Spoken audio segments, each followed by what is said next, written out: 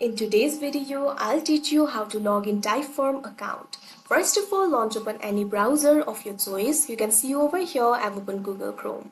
Click on the search bar, type in typeform.com, press enter.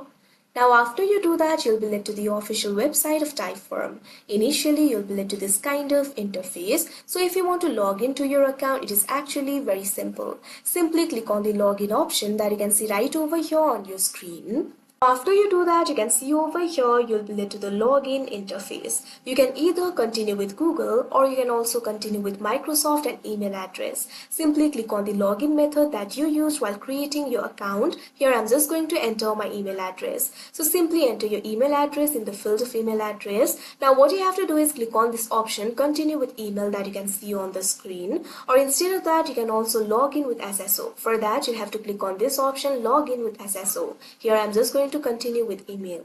Now you have to type in your password. Simply enter your password in the field of password. If you have forgotten your password, you can also click on this option, forget password, and you'll be able to recover it.